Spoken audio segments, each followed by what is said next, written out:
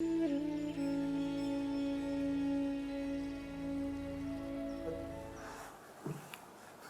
का काम होता है मुक्ति देना।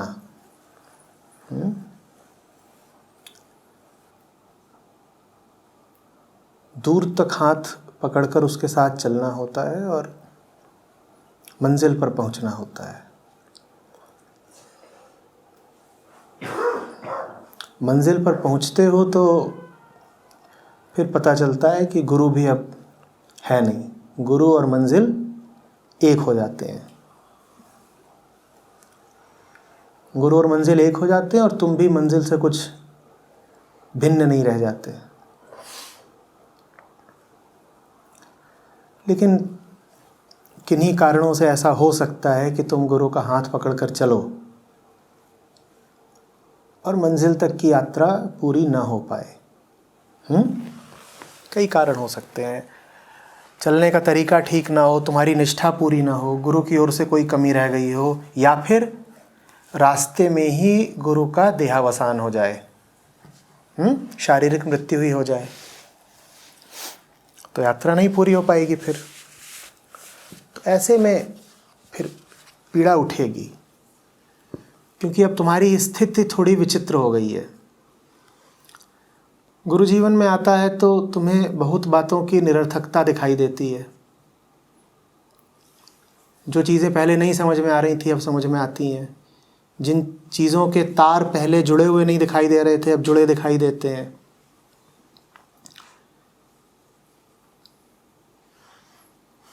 घटनाओं को पहले सतही तौर पे देखते थे अब गहरा देखते हो। तो रिश्ते बदलते हैं, दृष्टिकोण बदलता है। ले देकर होता यह है कि दुनिया से पहले तुम्हारा जो रिश्ता था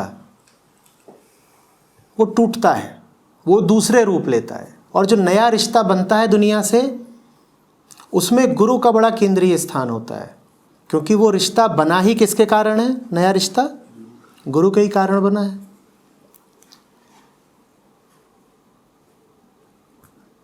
तो गुरु योग के आरंभिक चरणों में शिष्य कई बार गुरु पर बड़ा आश्रित हो जाता है।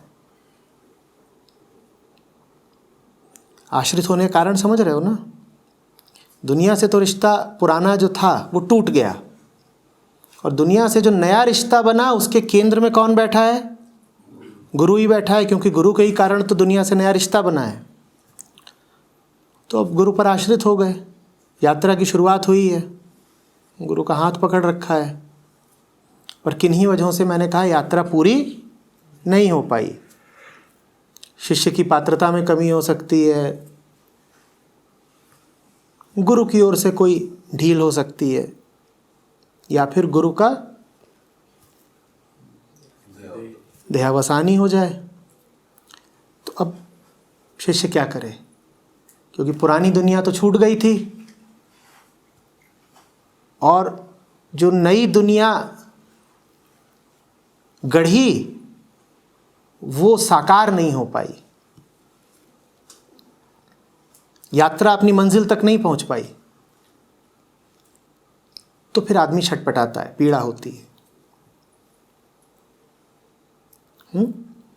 अब ऐसे में दो ही विकल्प हैं। या तो उसी दुनिया में वापस लौट जाओ जिसमें तुम थे गुरु के आगमन से पूर्व, या फिर तुम ये समझो कि गुरु कोई देहधारी तो वास्तव में होता नहीं।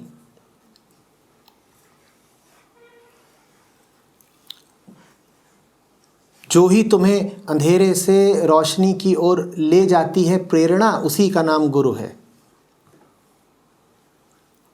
जो प्रेरणा तुम्हें अंधेरे से ले जाती है रोशनी की ओर, उसी का नाम है गुरु।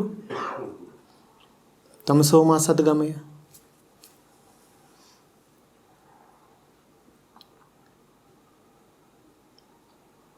तो उस प्रेरणा को फिर या तो अपने भीतर तलाशो या अपने बाहर तलाशो। दो ही जगहें होती हैं।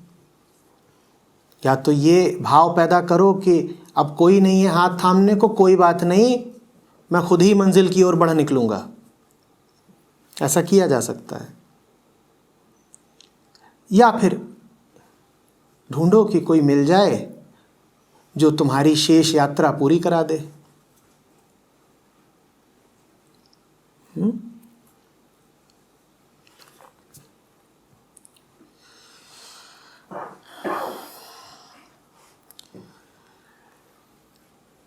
समय कम रहता है, ये सबके लिए चेतावनी है। यात्रा जल्दी से जल्दी पूरी कर लो।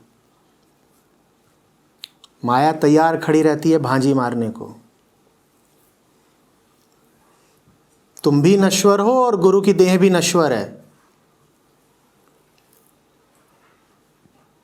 संग कितने दिन चलेगा कुछ पता नहीं। तो जब तक संग है, सत्संग इतनी गहराई से कर लो कि यात्रा पूरी ही हो जाए।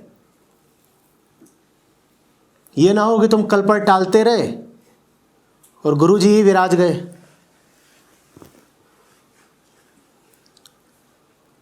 अब टालते रहो।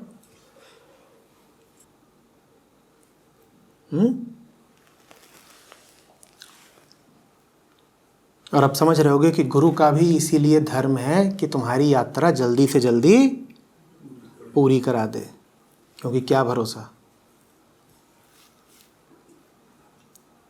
इसीलिए गुरु तुम्हें बार बार बोलेगा, समय खराब मत करो, एक एक पल कीमती है, यात्रा पूरी कर लो। इससे पहले कि मौत आ जाए,